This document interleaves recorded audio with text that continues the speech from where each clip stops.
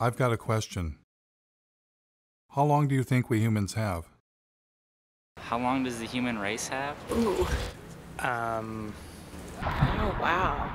I don't exactly know, but it might be soon. I have no clue. No. I hope I give me at least 50 more years. I think there's infinite amount of time. Infinite. It's infinite, yeah. I give us a million years. Being kind, I would say probably about 10 years. 10, 12 years. Thousands of years.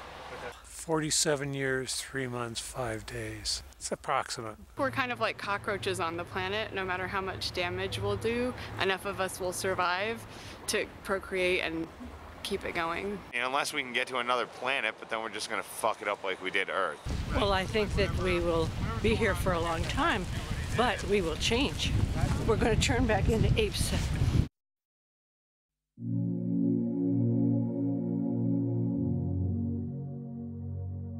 Have you ever wondered what would happen if a single species took over an entire planet? Maybe they're cute, maybe they're clever, but lack a certain, shall we say, self-restraint? What if they go too far? What if they go way too far? How would they know when it's their time to go?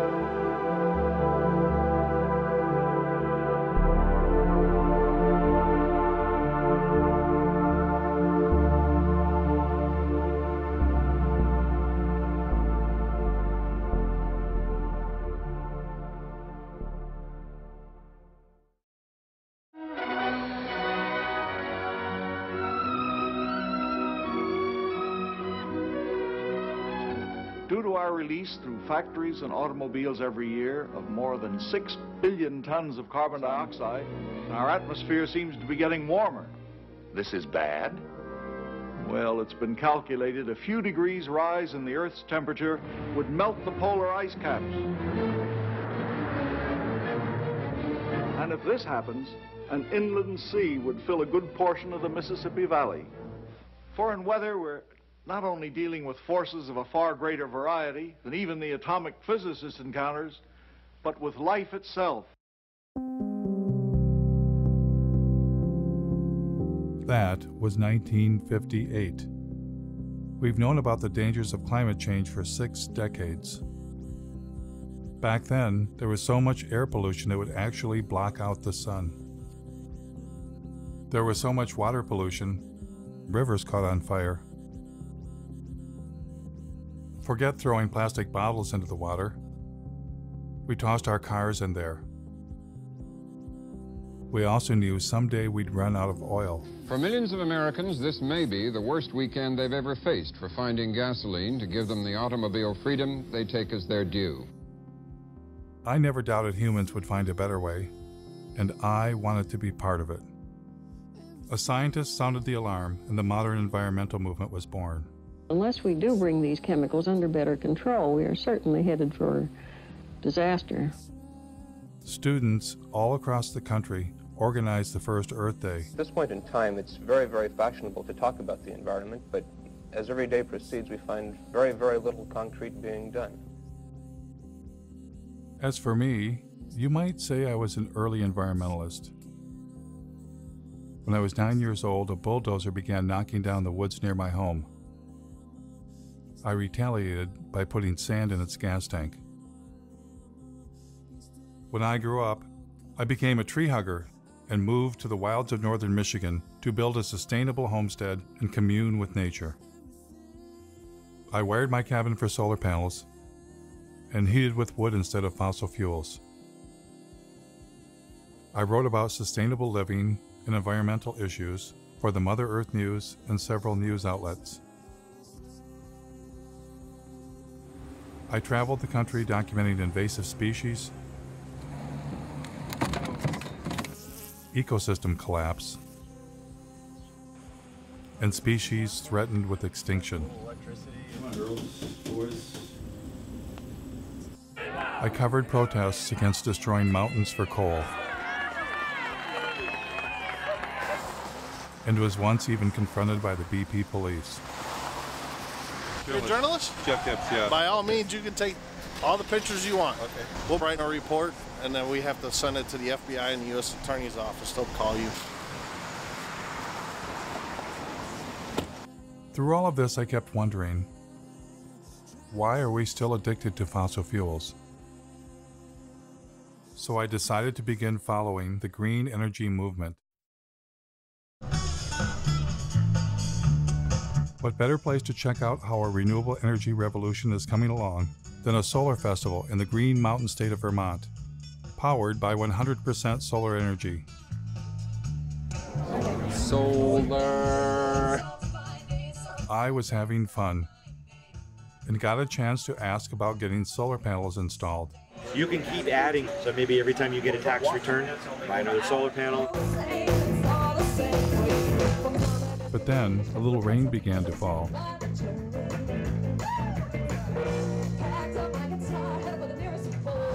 My cameraman noticed some commotion behind the stage. Did you guys set up here? We'll buy a for generators in case we lose the power.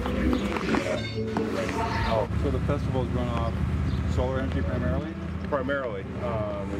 We need to bring some of this stuff in just because we want to make sure we have enough power to not kill our fancy toys that we have lighting the stage. But the biofuel generator wasn't enough, so they wound up plugging into the electrical grid that we all use. The other inverter operating, it's actually pulling power in from the grid, charging the batteries. It's running backwards from the way we originally intended to do it, but... That was disappointing. But after all, it had been raining. Maybe next time things would go better.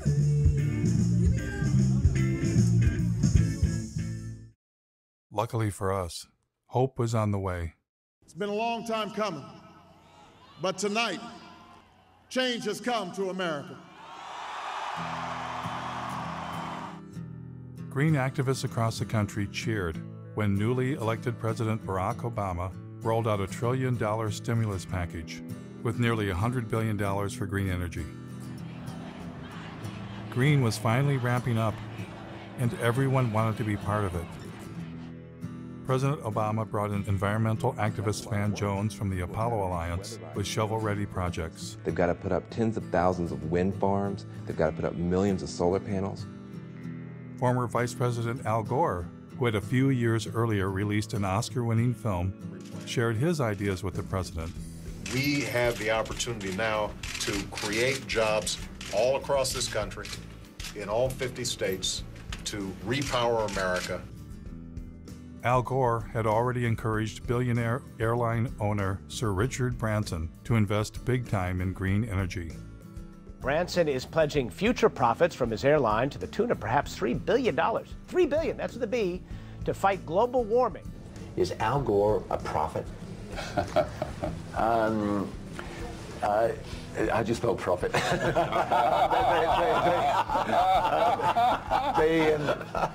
Investors came forward. Investor Vinod Khosla, known as the father of the clean tech revolution, has poured over $1 billion of his own money into some 50 energy startups. Major banks were eager to get involved. By 2020, we think renewables will require $395 billion on an annual basis.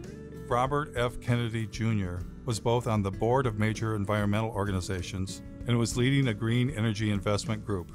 We build wind farms, we build solar farms. Once you build our plant, it's free energy forever. The Sierra Club received $50 million from billionaire and former New York City Mayor Michael Bloomberg. Their mission, fight coal and promote clean energy. So with the mayor's gift, here's what will happen. We'll have a large and aggressive presence in 46 states. It's time for America to find a new energy path, one that takes us beyond coal.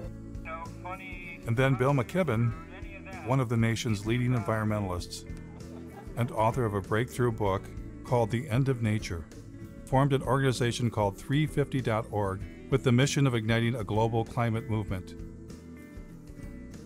Can I show off my necktie for a minute? Because they made it for me yesterday. It's got that 350 on it because it's the most important number in the world.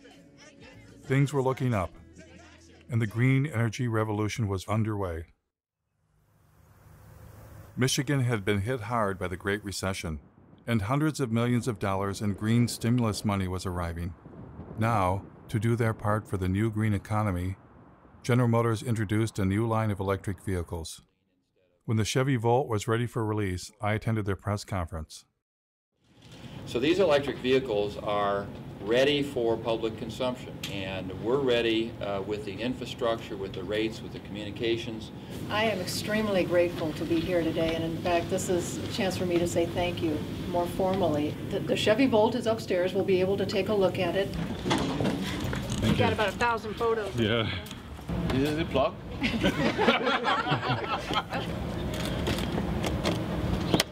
It's as simple as that. The batteries are in the trunk? No, the battery in this particular design is a T-shape right down the center and across the back seat area. Because everybody thought we killed the electric vehicle. No, we didn't. It's alive and well. So what's charging the batteries right now? What's the source of Well, electricity? here, it's coming from the building. I mean, is it, what's our mix of power? Oh, actually, Lansing feeds the building. What's that? Lansing feeds power to the building. So I don't know. They're, I bet you they're a bit of coal. Well, they're heavy on natural gas, aren't they? right now the car's charging off of your grid? Right. It would be charging off our grid, which is about 95% coal. How long do you think it'll be before there's a solar and wind powered grid? Oh, golly. To suggest that all of the power used for these cars will be generated from wind and solar in the very near future would not be correct. In fact, we're talking about charging these up at night, so there won't be any solar at that time. So we're down to wind, and very often at night the wind does fall off. So I don't think coal is bad. The what? A big battle. Mountaintop removal. Oh, yeah. Yeah. It's got lovely BTUs. It's got lovely Very energy dense, value. yeah. How do you burn it more cleanly? I mean, do you see natural gas getting bashed? we will be delivering power based on natural gas very shortly.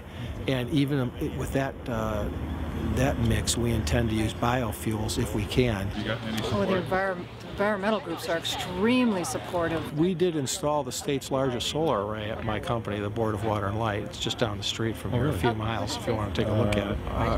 What outfit are you with? New World Media. We're doing a segment on the renewable energy. Oh, excuse me, I gotta go for a second, but thanks.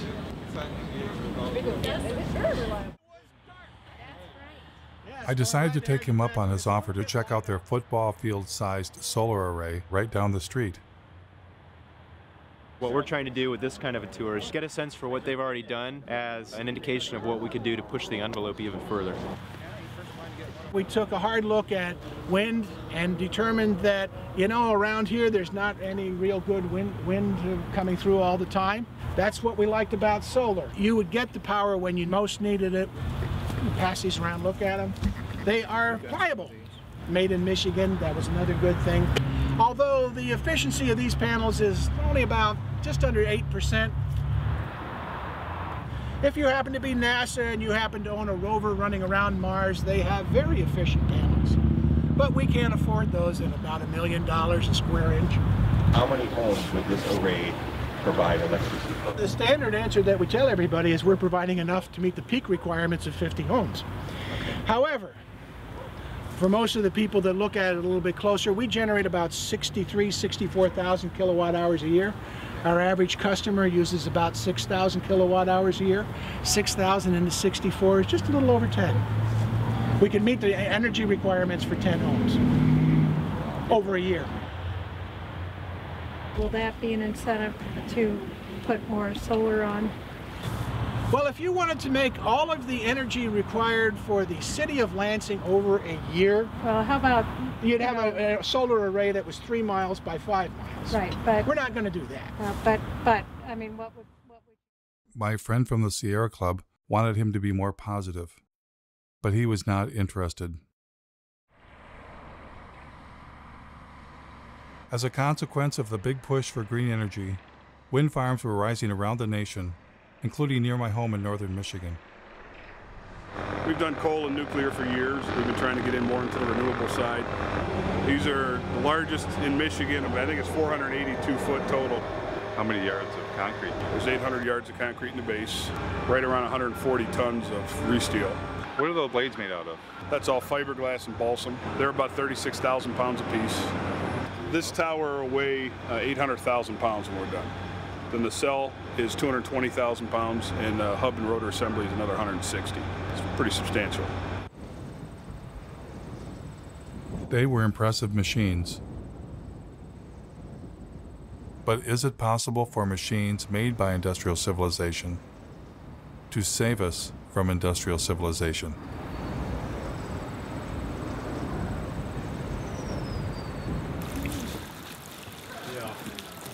In environmental leader Bill McKibben's home state of Vermont, the Green Mountain State, a site was being cleared for the installation of wind turbines. A group of citizens was concerned about how the construction might affect the mountains they love.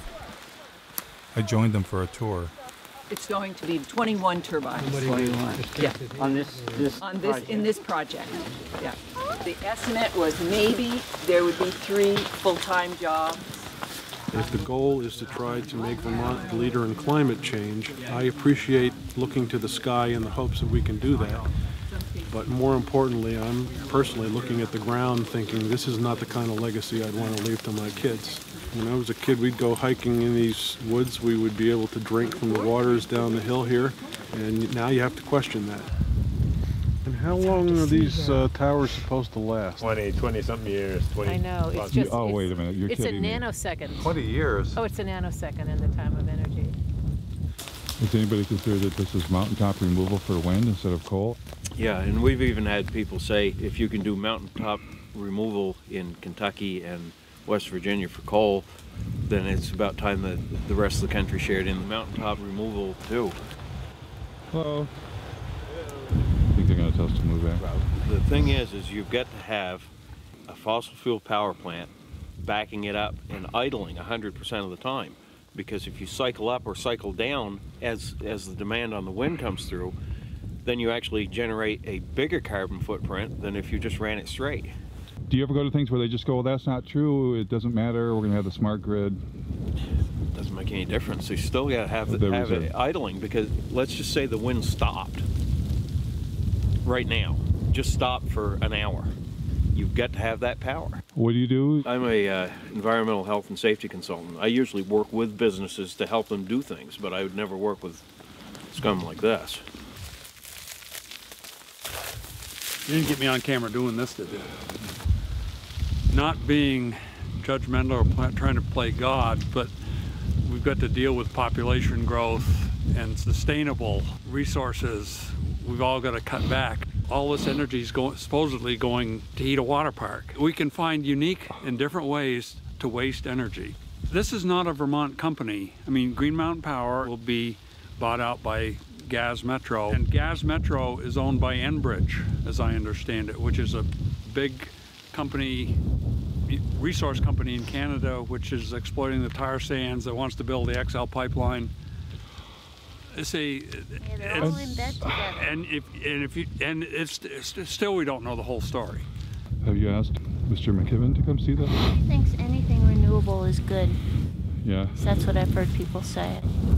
This is...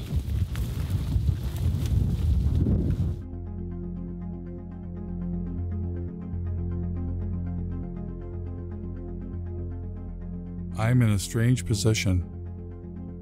I'm against our addiction to fossil fuels and have long been a fan of green energy.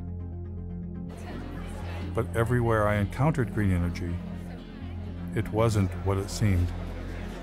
This is like a perpetual energy battery. And where do you get the hydrogen from? The hydrogen, hydrogen is sourced from any hydrocarbon material. So you can get it from natural gas, you can get it from any petroleum or oil-based product material. I read about a zoo that was said to be powered by elephant manure. But it turned out the elephants didn't even produce enough manure to heat the elephant barn. That we don't even really make enough, and what we have elephant-wise, to even do that. We would need a lot more. More elephants. Yep, more elephants, more manure. Ethanol plants also seem to have a secret ingredient. This is the most productive farmland in the world, and we're not that far west of the biggest coal mines in the world as well. So bring the two together and get an ethanol plant. Great. So ethanol was reliant on two things: a giant fossil fuel-based industrial agricultural system to produce corn, and even more fossil fuels in the form of coal. All of this in the attempt to replace fossil fuels? It was enough to make my head explode. I was getting the uneasy feeling that green energy was not going to save us. And I wasn't the only one. I've counted something like 25 different alternative energy options. So surely among all of those, there are enough sources of energy to keep us living basically the way we are in perpetuity. That's not the reality. You know, we're getting, in some cases, no energy from these potential options. Richard York of the University of Oregon published a study in the journal Nature in which he posed the question, do non-fossil energy sources actually replace fossil fuels?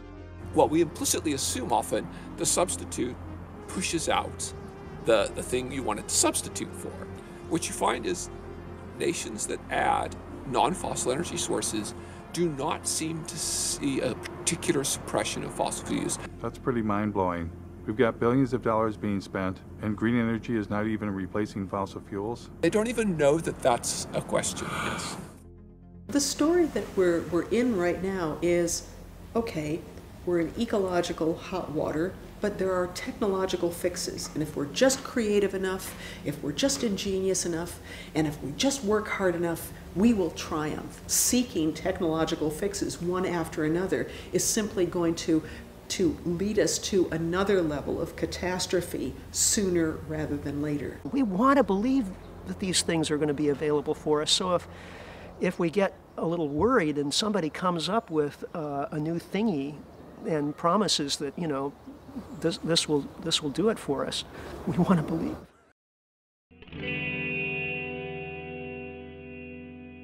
Because we're a little worried. Are we desperate to accept any idea that sounds alternative or green? Are we avoiding looking too closely because we don't want to know the answer? Ozzie Zenner, a visiting scholar at UC Berkeley and Northwestern University, was asking some of the same questions. I mean, I thought that solar and wind were probably very good solutions. I mean, it wasn't really even that long ago. One of the most dangerous things right now is the illusion that alternative technologies like wind and solar are somehow different from fossil fuels. Well, I hear a lot of the times that solar cells are made out of sand. Have you ever thought about solar panels? The main ingredient that makes them work is silicon or sand. This is the raw material chips are made of, sand. They don't use sand at all. So they use, I'll show you what they... So this is one of the ingredients. It's actually mined quartz.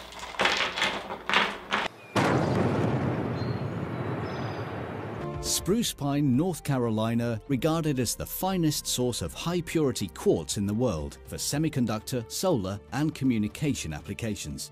But you can't use sand because sand has too many impurities. So you start with a very high-quality quartz and a very high-quality coal. And then you put those two together into an arc furnace and you melt them.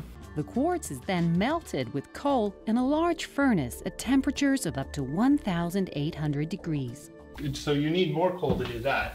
So I'll get another coal out. Since when we melt these together, we get silicon metal and carbon dioxide. And the carbon dioxide just goes off and you got rid of the carbon, you're left with silicon metal. This is not clean coal. Not clean coal. Ozzie Zenner said it was an illusion that renewables were replacing coal or any fossil fuel. Environmental groups continued telling a different story.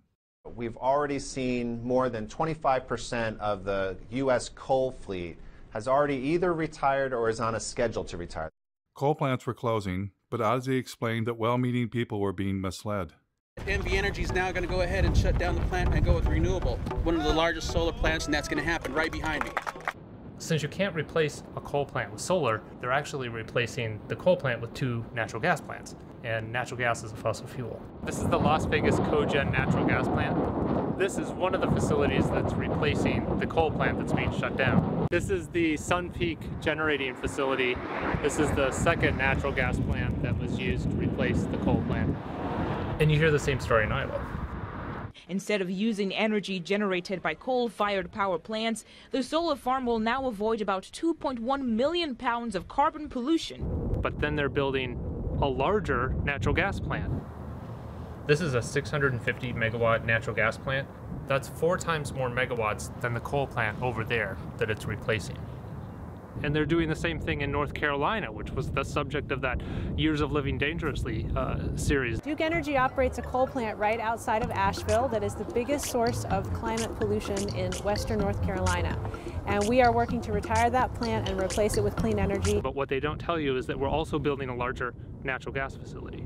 So we'll be retiring the 2-unit, 376 megawatt coal plant. We'll invest $750 million to build a state-of-the-art natural gas plant. When Michael Brune stands up and talks about clean energy, he's using solar cells and wind turbines. This is the new world, 100% clean energy. When Michael Bloomberg stands up and says cleaner energy, he's talking about natural gas. Create cleaner energy, solar, wind, and natural gas. In fact, the Sierra Club's Beyond Coal campaign actually coincides with one of the largest expansions of fossil fuel production that we've ever pulled off, most of that being natural gas. Ozzie's assertion that renewables were not replacing fossil fuels, if true, would upend all of our assumptions about green energy and what was going to save us. What would happen if I asked the same question to industry insiders? Like, where do solar panels come from? Well, you have to start with a mine. Or, what's stopping us from running the world on 100% solar and wind? Well, intermittency is one of the major challenges. Grid stability. The sun's everywhere except when it's not there. There's a lot of developers that were flocking to California wanting to connect their solar farms and wind farms. The utilities would turn to me and my team to help them look at what the impact to their grid would be. When we add solar cells or wind turbines to a grid, do we get to shut off a coal plant? That's certainly the goal. The problem is, or the difference is that renewables are intermittent. All of a sudden a cloud cover could come over and your solar generation could drastically decrease. And if you don't have something else there to meet whatever the load is at that moment, then you're going to have power outages. So we don't get to turn a fossil fuel power plant off when the sun is shining or the wind is blowing? Well, it's not that easy. We need to be able to back up that power to keep the system steady all the time so it doesn't collapse. Most likely that's through fast-acting gas plants, but also what we call the baseload plants, either nuclear or coal, that are on all the time, but that maybe can be dialed down during the day and dialed up when demand starts rising. Does it affect the efficiency to turn fossil fuel power plants on and off? Oh yeah, they don't like to be dialed up and down. It does make, that's wear and tear for them. Turning them on, turning it off, there's energy used and lost at any time. Kind of like when you turn on your car and off, you use a little extra gas to get it turned on. I do still think you have to maintain a base load of some kinds. What's the solution then? You need energy storage. Without storage, you can't count on it. If you can store the energy that's created off of things that are intermittent, like solar and wind, you can store that, then you're reducing your need for a baseload. But would adding storage like batteries increase the carbon footprint? Yeah, absolutely. In a big way, actually. And as more energy storage gets on the grid, it has a mass scale implication. When I looked up how much battery storage there is, it was less than 0.1% of what's needed. In a couple years, they begin to degrade and need to be replaced a few years later. I learned that the solar panels don't last forever either. Some solar panels are built to last only 10 years, so that it's not as if you get this just magic-free energy, right? I don't know that it's the solution, and here I am helping to sell in materials that would go into photovoltaics. And so, to overcome profound limitations of solar and wind, rarely discussed in the media, a new generation of technology was rising in the California desert. What is this? What we're using is a field of mirrors to focus sunlight onto a tower. The power plant itself, at 377 megawatts, will be the largest of its kind in the world. This will become the biggest solar plant in the world. There's some people that look out in the desert and they see miles and miles of emptiness. I see miles and miles of a gold mine. But this next generation had a fossil fuel secret too. This solar facility burns natural gas pretty much every morning in order to get started up. How long do they have to burn it for? Hours usually. This is the incoming natural gas for the facility. This plant would work about as well without natural gas as I would without coffee in the morning. Or maybe how you would be without food. Without food, yeah. They have to file for acid rain permits for nitrous oxide emissions. They have to apply for carbon offset permits because they're producing carbon dioxide here, so they have to offset that. The whole thing is built using fossil fuel infrastructure, from the concrete to the steel to the mirrors to the backing on the mirrors. The sun is renewable, but the solar arrays are not. Oh, come on. There's got to be something renewable. Glass is renewable.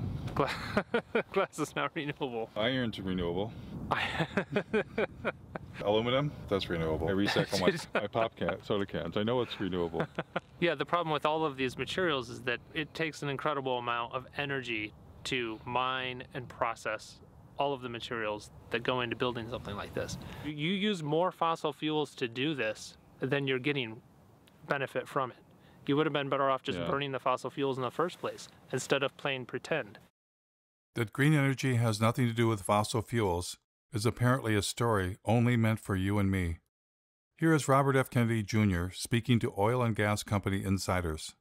It's a combination solar gas plant. It's a turbine that we just take from a gas plant, suspended from a big scaffolding, a tower, and surrounded by giant mirrors in the desert. The plants that we're building, the wind plants and the solar plants, are gas plants. What kind of game is being played here? I mean... Well, we're basically just being fed a lie. For instance, you'll hear about Germany running on wind and solar. 35% right now. 50% of their power. There were days this past summer when the Germans were generating 80% of their power from the sun. But Germany is still Europe's largest consumer of coal. Aber wenn in dieser Region die meiste Kohle gefördert wird, dann ist ja auch hier der größte CO2-Ausstoß. Only a small fraction of their energy actually comes from wind and solar. In fact, Germany just built a large terminal to import natural gas from the United States. Elon Musk, the founder of Tesla, when he announced his Gigafactory battery plant, he said it would power itself with wind and solar energy. Through a combination of geothermal, wind, and solar, it will produce all the energy that it needs. But in fact, it has lines connecting it to the same electrical grid that we're all connected to.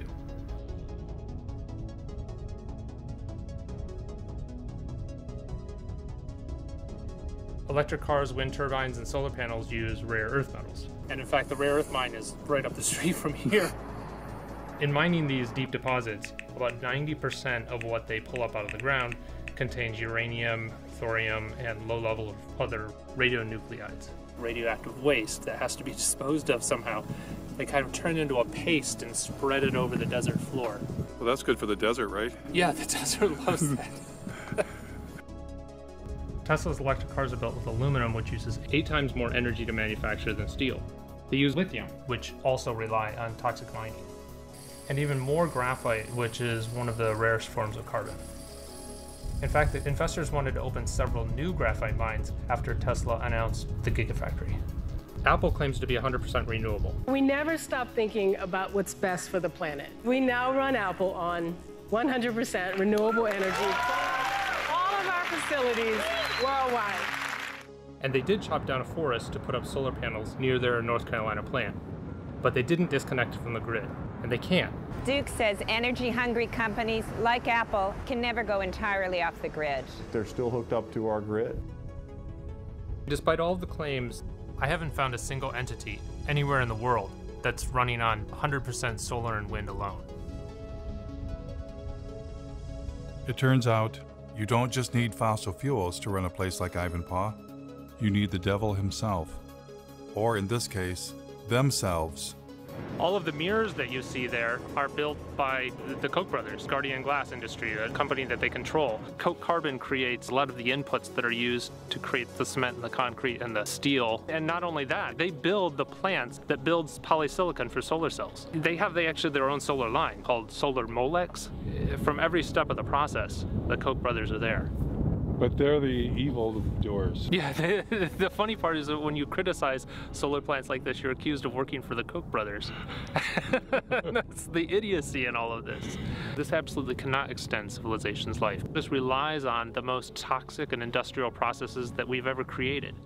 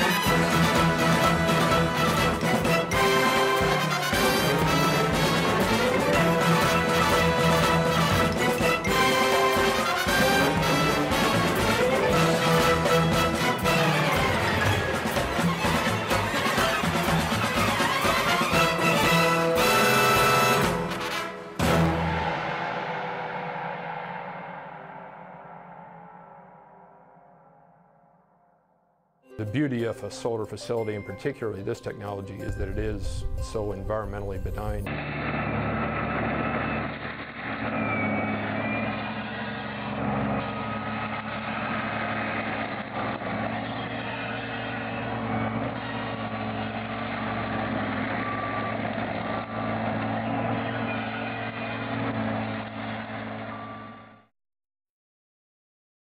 I too had once thought deserts could be sacrifice zones. I was wrong. Deserts are not dead. They are in fact full of ancient life.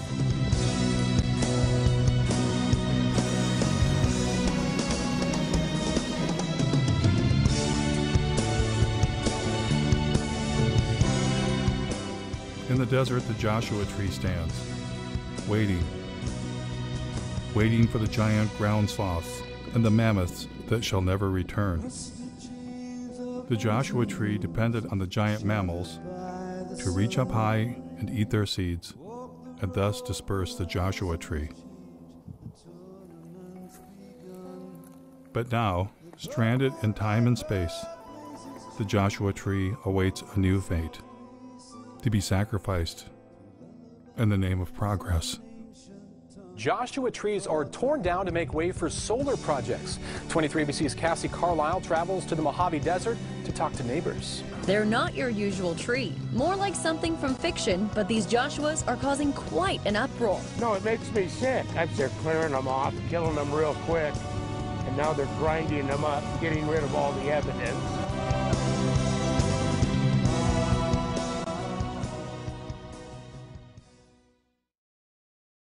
Not far from Ivanpah Solar, Daggett, California was home to several generations of solar arrays, including some of the first on the planet.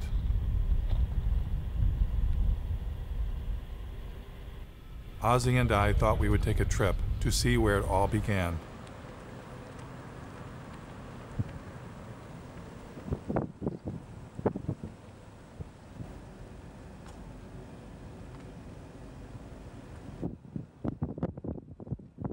One of the sunniest places in the planet, really.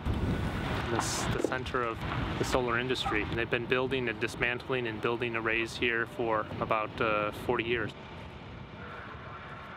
Then we happened to run into the mayor of Daggett.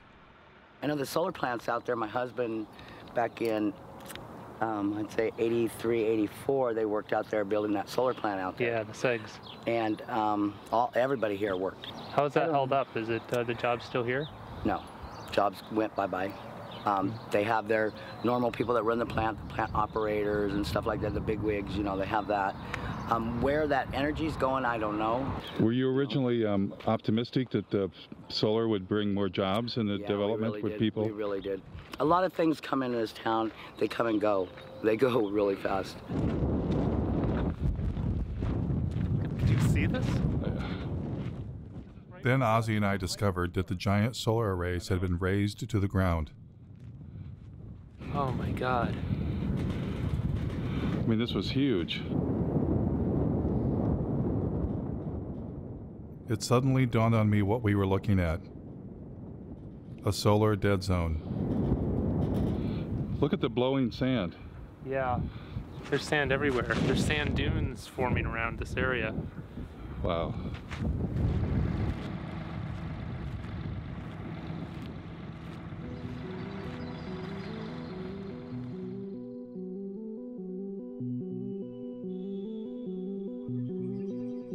So after all the mining, the fossil fuels, the toxins, the environmental destruction, here's what happens next.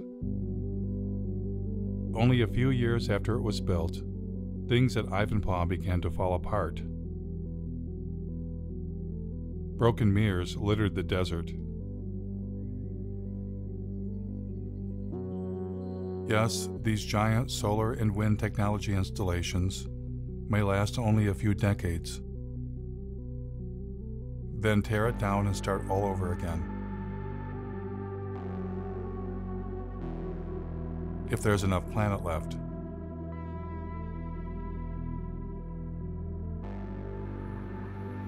It was becoming clear that what we have been calling green, renewable energy and industrial civilization are one and the same. Desperate measures not to save the planet, but to save our way of life. Desperate measures, rather than face the reality, humans are experiencing the planet's limits all at once. Every different perspective I look at and imagine, well, we could do more of this or go to a larger area or use more of that. Well, it turns out there isn't more. I looked at marine production and fish production and found that peaked 20 years ago. More and more of what we eat is from fish farming. The current acres of actively farmed land, that is peaked also. The rivers are already being irrigated to about the limits of what they can sustain. The Colorado River doesn't get to the ocean anymore. Well, then you start looking at groundwater, the southern Great Plains, and I think they can almost predict when they will run out of groundwater, and it's in a decade or two. A human vulnerability at the global scale, that any one of them we could maybe compartmentalize, but we're seeing them propagating across topic after topic of society and the Earth system. And I don't think the people in charge are near nervous enough.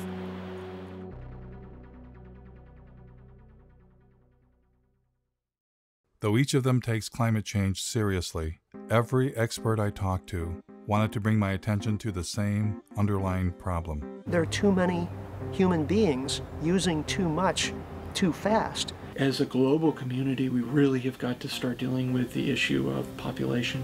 Population growth continues to be not the elephant, the herd of elephants in the room. Can a single species that's come to dominate an entire planet be smart enough to voluntarily limit its own presence?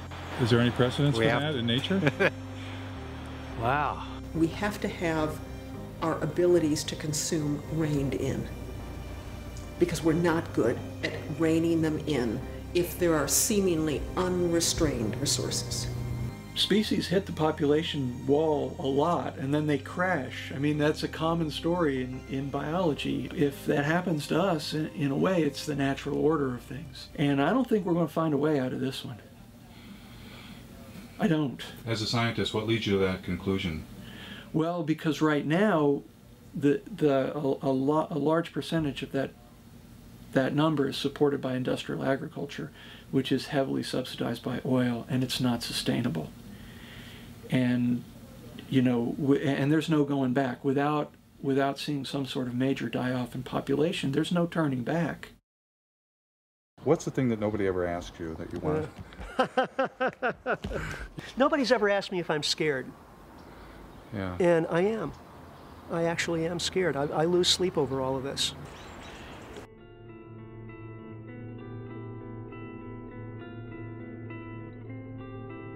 It took modern humans tens of thousands of years to reach a population of 700 million. And then we tapped into millions of years of stored energy known as fossil fuels. Our human population exploded. It increased by 10 times in a mere 200 years. Our consumption has also exploded, on average 10 times per person, and many times more in the Western world. You put the two together, the result is a total human impact 100 times greater than only 200 years ago. And that is the most terrifying realization I have ever had.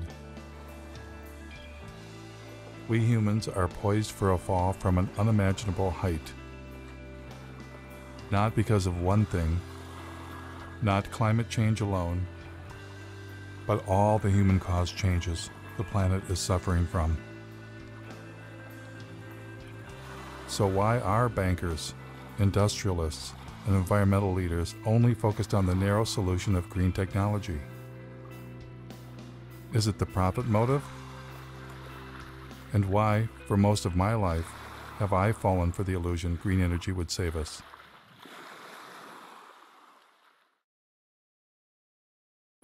Clearly, to answer this question, I needed professional help. Keep my stuff, but that ever. No. Never heard. I'll just be honest with you about my dilemma. You can be my, clinical, social, psycho. It's like the right has religion, and they have a belief in infinite fossil fuels. Our side says, oh, it's going to be okay. We're going to have solar panels. We're going to have wind towers. As soon as I heard you talk about our denial of death, I'm like, could that be it? Could it be that we can't face our own mortality? Could we have a religion that we're unaware of? Absolutely. I think you've hit the proverbial nail on the head. What just differentiates people from all other forms of life is that, we're not only here, but that we know that we're here. If you know that you're here, then you recognize even dimly that you'll not be here someday. And on top of that, we don't like that we're animals. So we don't like that we're going to die someday. And we don't like that you could walk outside and get hit by a fucking meteor. What human beings did back in yesteryear is to envelop ourselves in culturally constructed belief systems. You know, call them cultures, call them worldviews, schemes of things, whatever you call them. Every human community has them. Every culture has an account of the origin of the universe. Every culture has a prescription for how you're supposed to behave while you're here. And every culture offers its denizens hope of immortality, either literally or symbolically. Then the question is, well, what happens when you bump into people who don't share those beliefs? Whether you know it or not, whether you like it or not, that's undermining the confidence with which you subscribe to your own views and exposing you to the very anxiety that those beliefs were constructed to eradicate in the first place. If we're to make progress, whatever that word means, or even to persist as a form of life, we're going to need to radically overhaul our basic conception of who and what we are and what it is that we value. Because the people that you referred to earlier, both on the left and the right, that think we're going to be able to discover more oil or solar panel ourselves into the future, where life will look pretty much like it does now, you know, only cleaner and better. Either with more oil or greener Correct. or both. I think that's just frankly delusional.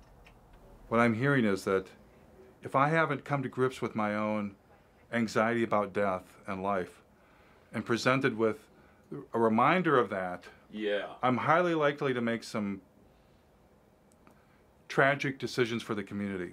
Yes. The only solution in principle is, you know, as Albert Camus put it, he said, there's only one liberty: to come to terms with death. Thereafter, anything is possible. I find that downright inspiring. As for our environmental leaders who dwelled in comfortable illusions, how tragic of decisions were they capable of making? I was about to find out.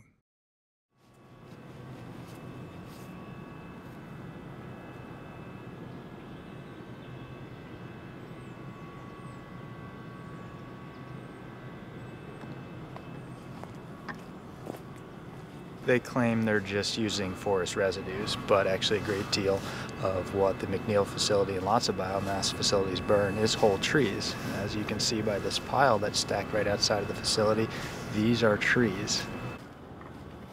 It turns out that the biggest source of green energy in Vermont is something called biomass, burning trees to create electricity. This is definitely not the way, and that the first step is actually looking at our lifestyles and how we can reduce our energy consumption. This is all the ash that has varying levels of toxic metals, a great deal of radiation, as these trees have been absorbed. Oops, there's a... You're in unforbidden territory here. Are we? I asked both of you to come up to our office, okay? Is that something you're interested in doing? It's not an interest. You got 5 seconds or I'm calling 911. Okay. You got 2 individuals here. Police will be down here in about 2 minutes. But you asked us to leave and we're doing so, I'm so not we're not asking you to trespassing. leave. I'm asking you to come up to the office. Okay, thanks for the offer. Maybe next time. You got everything here. So you have the #1 polluter in the state that people think emits magical fairy dust from the smokestack. The reality is what you have is a facility that burns 400,000 green tons a year of trees. Now, this facility burns 30 cords of wood per hour. That's a hell of a lot of wood. And on top of that, it actually burns natural gas as well. And to think you would have to have 10 of these to replace one average coal-fired power plant. You know, it's just not going to work. It's just nuts. It takes a great deal of fossil fuels to cut down all of these trees, to truck them in, to use the big machinery to dump the wood chips everywhere. So the idea that somehow this is not anything to do with fossil fuels just doesn't even make any sense. It couldn't happen without fossil fuels, in fact. How did the environmental groups get pulled into this? Obviously, the main factor is delusion. A lot of these environmental groups have been saying that all we have to do is, for instance, switch our fossil fuel economy over to a few solar panels and windmills, and we can continue living life, as normal. Some of the environmental groups have been for years touting facilities like this, saying that, number one, it's carbon neutral, that this will actually help us fend off climate change because there are no CO2 emissions. It actually emits over 400,000 tons per year of carbon dioxide.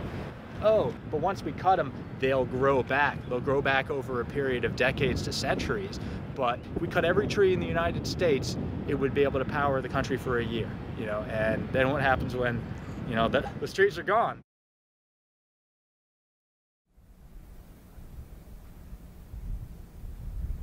I discovered biomass plants were not even always biomass plants. This is actually a solid waste incinerator that's posing as a biomass plant. The impact on this community is severe. The plant is right next to its Head Start school for preschool kids. There is Green Hill Manor, and that's an assisted living senior residence. And there's also a Catholic elementary school right next door. How do you know they're polluting? Can you see it ever? We can see it.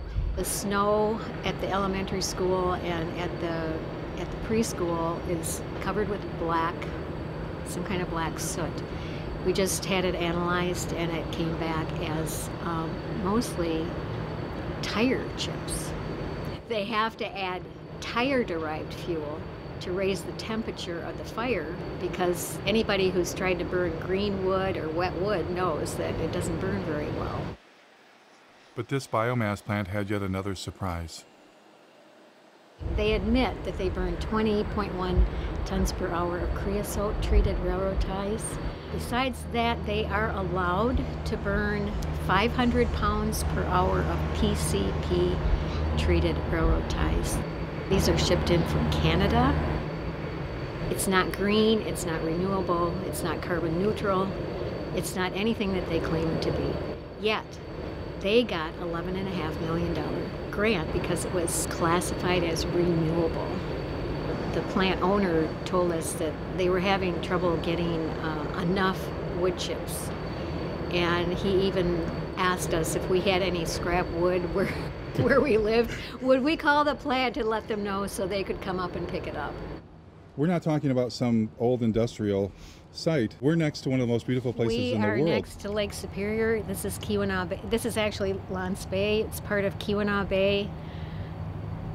It's Lake Superior, our lake. So it's a very sacred place to many people.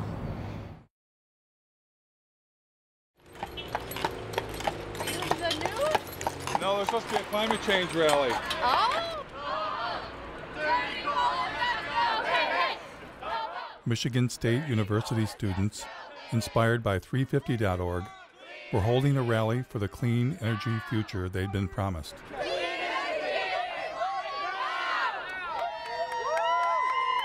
Imagine when I found out that it is the largest on-campus coal plant in the nation. The goal is to get the whole world moving beyond fossil fuels. He wants to do a 350 sign on the steps of the...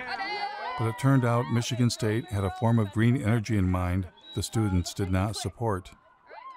The university contracted with a energy contracting company. They put together like a modeling tool. First 2 or 3 months that the steering committee was using this modeling tool, it didn't even contain data for wind or solar. So there was... Adam told me they were planning on substituting coal burning with biomass burning. The permit that is currently being considered by the state is a permit for 24,000 tons of biomass per year. And the plan is to do that in all four boilers. Unfortunately, the steering committee considers biomass renewable at the moment, which we're not happy with. Michigan State wasn't the only university to go green.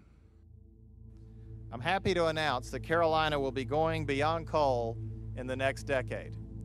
Now, as we begin to wean ourselves on coal, we're about to try another alternative energy source, biomass. And who is here to help the University of North Carolina switch from burning coal to burning trees?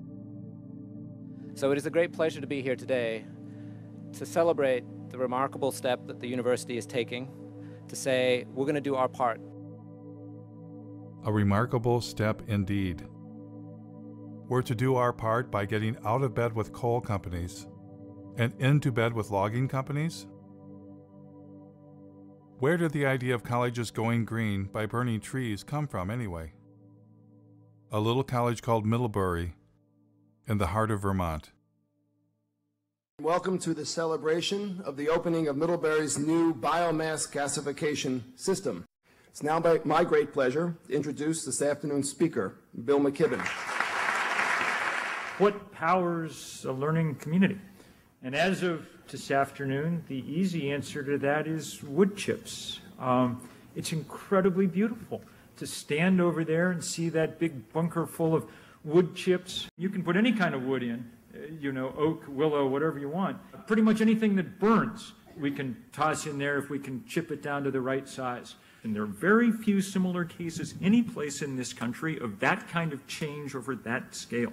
But it shows it could happen anywhere, and it should happen anywhere. In fact, it must happen everywhere. It must happen everywhere. And now it's time for a nature break, enjoying our sustainably managed Michigan forests. If you walk through here and you look, there's virtually nothing growing. A little bit of grass occasionally. And it seemed that biomass plants indeed were suddenly everywhere. Like this one in Cadillac, Michigan. In Detroit, an incinerator that burned garbage was considered green. The Detroit incinerator is known to emit horrible smells and pollutants that neighbors say make them feel sick and put their health at risk. It's a stink. It's a horrendous stink. A proposed biofuel plant for the Upper Peninsula of Michigan would consume trees from tens of thousands of square miles. In order to create 40 million gallons of ethanol, they were going to have to use up over 1 million tons of green wood. We pointed out that they were going to be using more natural gas than they were going to be creating ethanol to displace the natural gas. If you continue to do this, you're going to be fertilizing the forests. Fertilizing the forests with fossil fuels. Fossil fuel-based, right, fertilizers. Made from natural gas. Yeah. Then came a ballot proposal backed by Bill McKibben and nearly every major environmental group, requiring Michigan to get 25% of its electricity from renewable sources by the year 2025. This year, Michigan voters have a choice. Keep burning dirty coal and oil, or move Michigan to clean, renewable energy like wind and solar. Vote yes on Proposal 3. Surprisingly, Proposal 3, also known as 25 by 25, was the brainchild of an organization that was 100% biofuels and biomass. Allowing America's farms, ranches, and forest lands to be active participants in contributing to America's energy future. These are the biomass and biofuel plants across the U.S.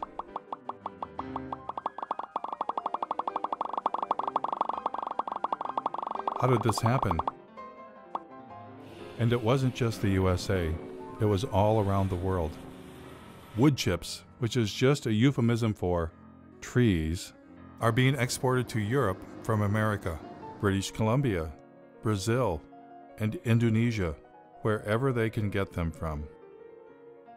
Biomass, especially when you add in biofuels, is by far the largest portion of green energy around the world, even in Germany, source of the solar miracle.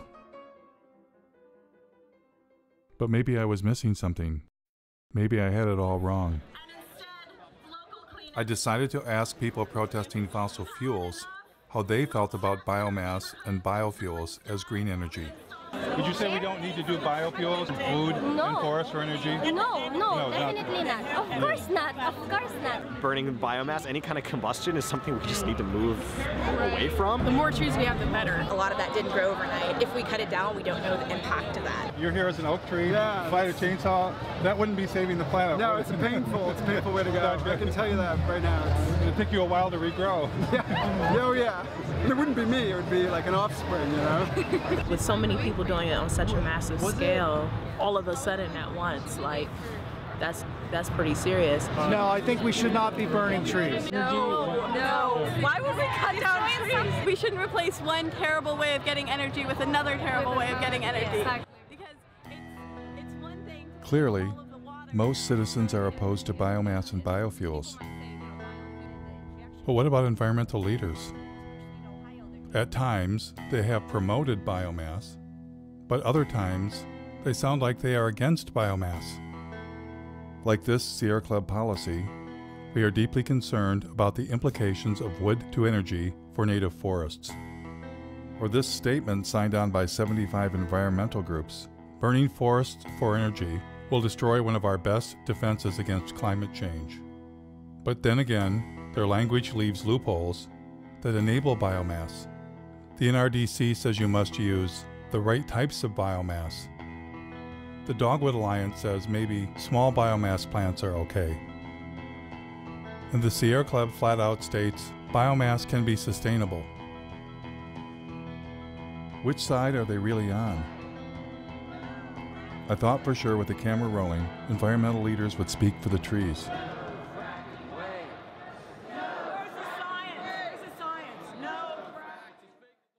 We're here to tell a story about what the forests of this state, of our Commonwealth, mean to us. Does your organization have any stance on that? I'm not sure I would say we support it as much as we can wrap our heads around it. We've almost made a peace with the timber industry. I'm just curious, what's your group's stance on using forests for biomass?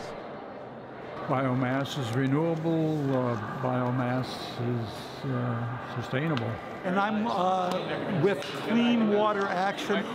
We don't really have a stand on it. If the director of the Sierra Club was here, she'd be able to talk your ear off about it. I'm the director for the Sierra Club in Pennsylvania. Does the Sierra Club support or not support biomass? I'm not totally prepared to talk about our policy on biomass today. Our position is somewhat nuanced, so I just want to be, careful not to. So you're with 350? I am. Does 350 have a position on biomass? Because I'm kind of actually... I can't really speak for 350. Do you personally have an opinion about whether we should be burning trees for green energy? No, I don't have an opinion on that. I like a fire. One of my biggest concerns as an environmentalist is that we're starting to burn trees, that there are tree-burning power plants. Are you aware of the problems with biomass or biofuels? Yeah, I'm not as aware of that as I could be or should be. Jeff Gibbs, working on a documentary in Michigan, where I live, where I'm from. There's large plants that burn trees for energy, and pretty much whole trees chipped up. Do you have a thought about whether that should be part of green energy or not? Well, the great thing about green energy is you don't have to pick a favorite. Jeff Gibbs. Oh, hello. My biggest concern is that in Germany, for instance, they're moving towards solar and wind, but 60% of their actual energy is coming from biomass. 60% of what's considered renewable energy. Burning trees for energy? I don't know the details out of Germany. What Germany's really doing is a lot of sun and wind. I mean, that's really powerful to see. I'd like to see us come out against any burning of trees for clean energy. Would you? Although I confess I stoke my wood stove almost every night of the winter, so I'm not the right person. But designating green energy for power plants. Yeah, I don't know. It's not what today's about. We're on the. But we're burning trees instead of fossil fuels. From Taiwan. Oh, good. And we're wondering that what role do you want to play in this market? I think the biomass question is a non-starter.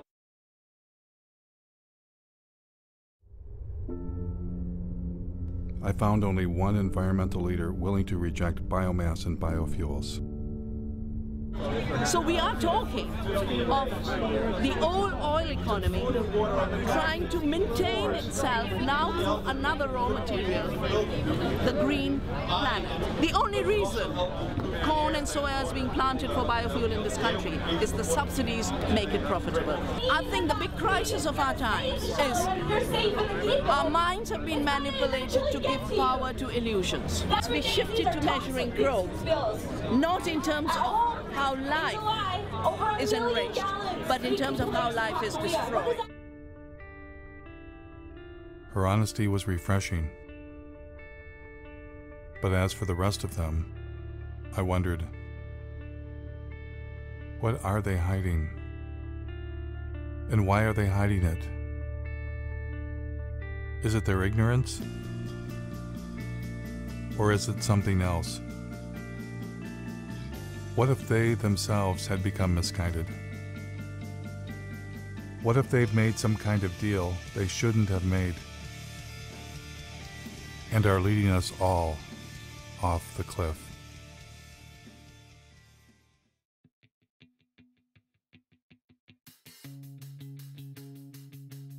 It was long past time for me to come to grips with the other elephant in the living room, the profit motive. The only reason we've been force-fed the story climate change plus renewables equals we're saved is because billionaires, bankers, and corporations profit from it. And the reason we're not talking about overpopulation, consumption, and the suicide of economic growth is that would be bad for business, especially the cancerous form of capitalism that rules the world, now hiding under a cover of green. Today, Bloomberg Philanthropies is making, I'm happy to announce, a new investment of $30 million in the Beyond Coal campaign. We have more. I'm glad to say that more than a dozen additional funders have committed to match that $30 million. And who were these new partners?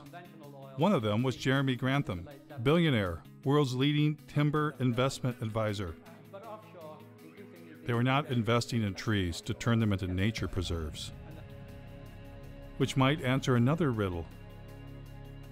Why is this name redacted on the Sierra Club's tax return? Would they be embarrassed to take $3 million from a man who made his living selling the forests of the world? Bloomberg bringing a timber investment billionaire to the party was no coincidence. Bloomberg sponsored a UN climate session to discuss ramping up biomass and biofuels around the world. Billionaires were in love with the idea of turning what was left of nature into green profits. Remember when Al Gore had gotten Richard Branson to invest billions into saving the planet? Richard Branson, founder of Virgin Atlantic, powered a Boeing 747 from London to Amsterdam on a coconut oil mixture to highlight the potential of this amazing oil as a clean energy biofuel. Branson had actually invested in biofuels. He was attempting to replace the jet fuel damaging the planet with biofuels that required the consumption of the living planet. And it was game on for the airline industry. Dozens of researchers from all over the Northwest gathered in Missoula the past 2 days to explore the idea of converting the region's massive reserves of wood into jet fuel, especially with the demand for aircraft fuel expected to grow by 1 billion gallons in the Northwest alone. United Airlines will buy a $30 million stake in biofuel company Fulcrum Bioenergy. The airline used 3.9 billion gallons of fuel last year. What technology was Silicon Valley billionaire Vinod Khosla hoping to profit from? Nature takes 1 million years to produce our crude oil. Kior can produce it in seconds. The company took over this old paper mill where logs are picked up by a giant claw, dropped into a shredder, and pulverized into wood chips. Clean gasoline. Green gasoline. There must be a downside. There is no downside. The bank that crashed the economy, ruined millions of lives, and has their tentacles on the levers of power. What would their favorite form of green energy be? One of the very interesting markets that we deal with is Brazil. It's unlike any other market in that today, alternative energy isn't really alternative energy. It's so much a part of the fabric of the society. The country began to utilize its vast resources of sugarcane to produce ethanol. There was a man from Goldman Sachs who was particularly in love with turning forests into profits. Has everybody got enough coffee? You might want to get some more. Meet David Blood, former CEO of asset management for Goldman Sachs. How much money did Mr. Blood believe should be invested in green energy? A natural alignment for something in the order of $40 to $50 trillion worth of capital. $40 to $50 trillion. And who was going to help the man from Goldman Sachs? Help him raise that astronomical amount of money? A gentleman some of you may recognize and know, Bill McKibben. It's entirely dependent on what kind of political will we can muster. And if we do not get this done very fast, then we're not going to get it done. And so Bill McKibben went forth to generate the political will for trillions of dollars in green investments. Our next guest has been called our nation's leading environmentalist. And you are, in some sense, the grand poobah of the environmental movement. My guest tonight is on a global crusade. On a global crusade for what? Commit to divesting from fossil fuels. We can't justify investing our money in companies that are basically running Genesis backward. So when you divest from fossil fuels and invest in green funds, what are you investing in? I took a deep dive into Securities and Exchange Commission filings to find out. For instance, in the Green Century funds, recommended by 350.org and Bill McKibben, I found less than 1% solar and wind, and 99% things like mining,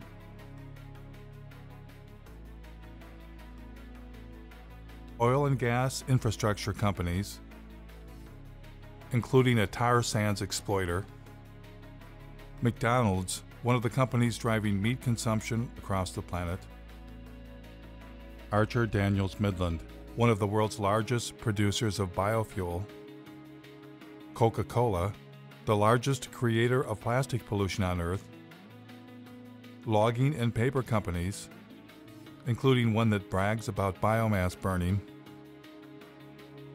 and banks. Lots of banks,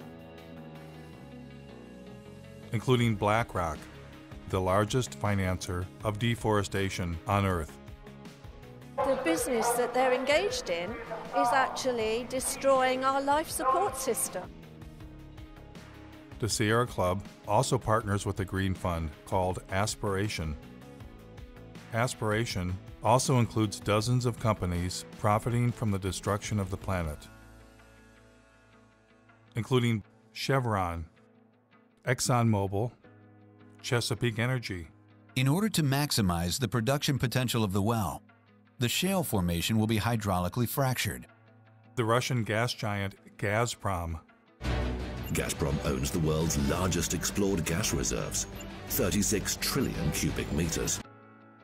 And in perhaps the most bizarre twist of all, the Sierra Club's Green Fund's biggest holding is Enviva, the world's largest consumer of forests, to be incinerated in green energy biomass plants.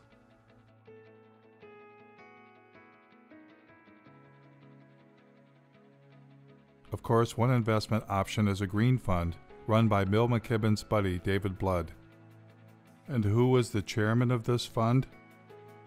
Someone familiar. Use capitalism that gives incentives for people to do their best. Al Gore and David Blood partnered to form a company called Blood and Gore.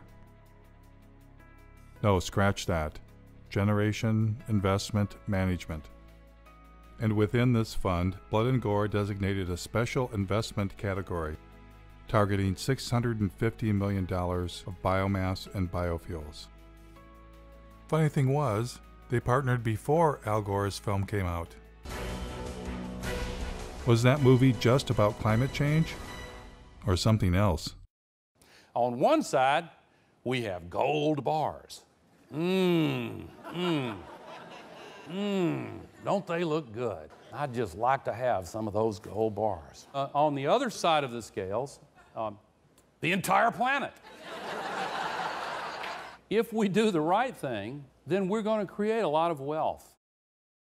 And when it came time for Al Gore to choose between the entire planet and getting him some of them gold bars, what choice did he make?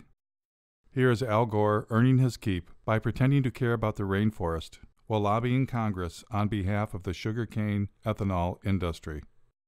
Any comment on the Brazilian effort here with the issue of the possibility of expanding into that Amazon River basin with further deforestation to produce more ethanol out of sugarcane is a worry, and apparently you're not as concerned about that. No, I am. I simply forgot.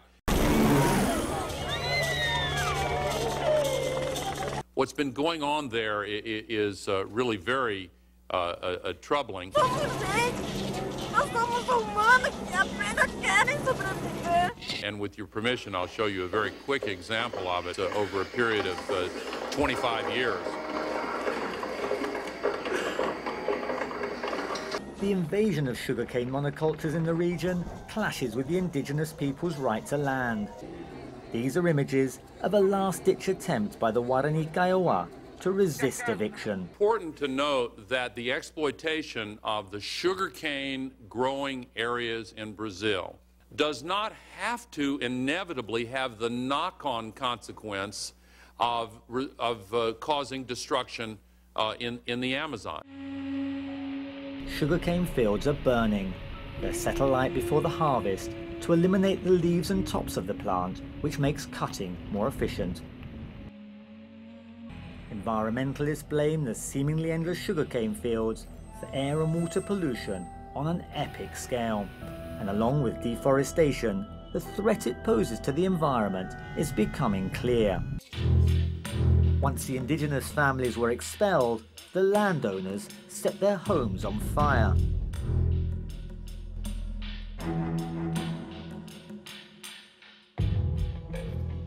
Is there anything too terrible to qualify as green energy? Thank you very much, Secretary Mavis and the US Navy for once again inviting me to speak with you today. The Navy's work to help launch this new fuels industry is invaluable. The U.S. Navy has a special message this year. It is time to turn green. Joining the vessels is what the U.S. Navy calls its Great Green Fleet of warships powered by fuel from renewable sources like algae, grass, and animal fat. Animal fat.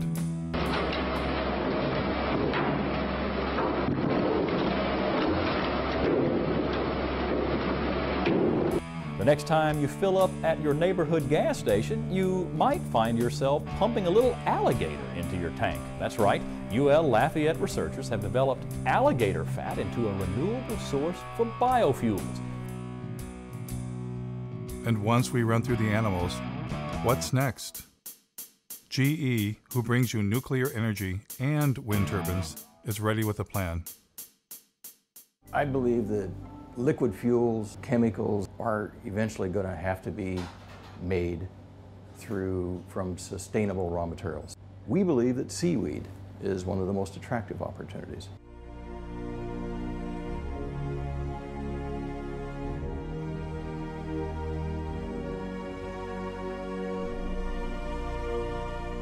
Better hurry.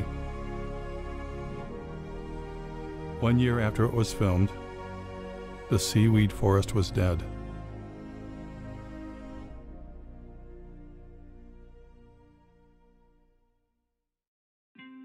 You might ask yourself, how could men destroy what remains of nature to enrich themselves? Well, that's why they're billionaires, and you're not. The takeover of the environmental movement by capitalism is now complete. Environmentalists are no longer resisting those with the profit motive, but collaborating with them. The Nature Conservancy is now the Logging Conservancy. We will capture the most important pieces biologically, and there will be another large block sold to timber investment groups. The Union of Concerned Scientists has become the Union of Concerned Salesmen, having taken millions not for science, but to create markets for electric cars. The Sierra Club sells electric cars and solar panels right from their website. The best thing about Sungevity is that they make it easy for you. All that you have to do is to say yes. The New York Times partners with ExxonMobil to bring you the good news about biofuels. Algae-derived fuel could help us meet growing demand. Treehugger.com, which claims to be the largest single source of environmental news, was founded and funded by Georgia Pacific, a logging company. In fact, they are neighbors. Georgia Pacific is owned by our friends the Koch brothers, who are likely the largest recipient of green energy biomass subsidies in the United States. Yes, the merger of environmentalism and capitalism is now complete. But maybe it's always been complete. How is 350.org funded? Well, not very well. Who are your funders? Sure. To the degree that we have any money at all, it's come from a few foundations in Europe and the U.S. Let's see. I'm trying to think who the biggest funders are. There's a foundation based in Sweden called, I think it's called the Rasmussen Foundation, that I think has been the biggest funder. So you don't get money from Pew or Rockefeller or any of those big No, we did. Rockefeller Brothers Fund gave us some money right when we were starting out. That's been useful too. But they no longer fund you? I don't know. I don't have a sort of really funder sitting in front of me. But that's usually something that people know. Rockefeller's been one of our is a great ally in this fight. You just sold your TV network to Al Jazeera. Right. And that government is basically nothing but an oil producer. Gas mainly and oil. Your take on that, about $100 million pre-tax from a country that bases its wealth on fossil fuels. Isn't there a bit of hypocrisy in that? Well, I get the criticism. I just disagree with it. I'm proud of the transaction. You couldn't find for your business a more sustainable choice. What is not sustainable about it? Because it is backed by fossil fuel money. I get it. I get it. And so, if you got yourself an environmental movement and environmental leaders, why not buy the holy day itself? Happy Earth Day!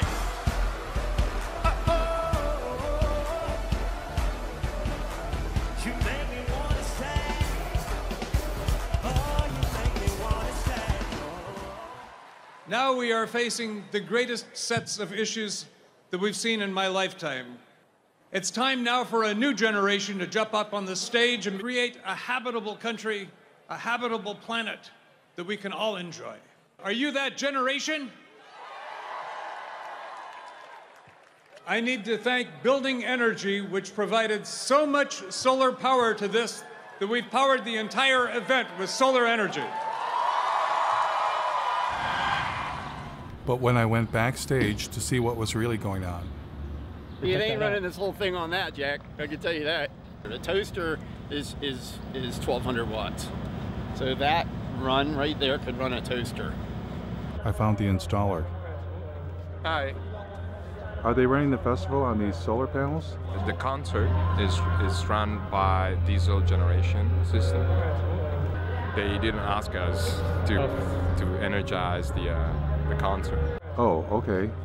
And we'd also like to thank our incredible corporate sponsors who've been behind the movement to end extreme poverty and tackle climate change since the very beginning. We want to thank Toyota, Citibank.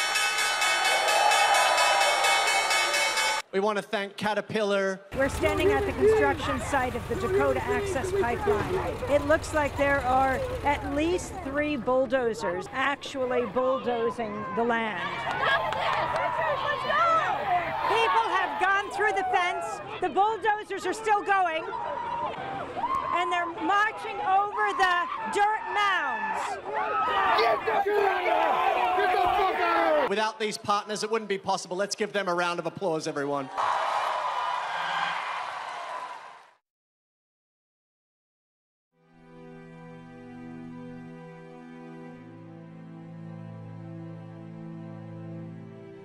Now, I know this all might seem overwhelming. It's the kind of thing that we normally don't try and think about.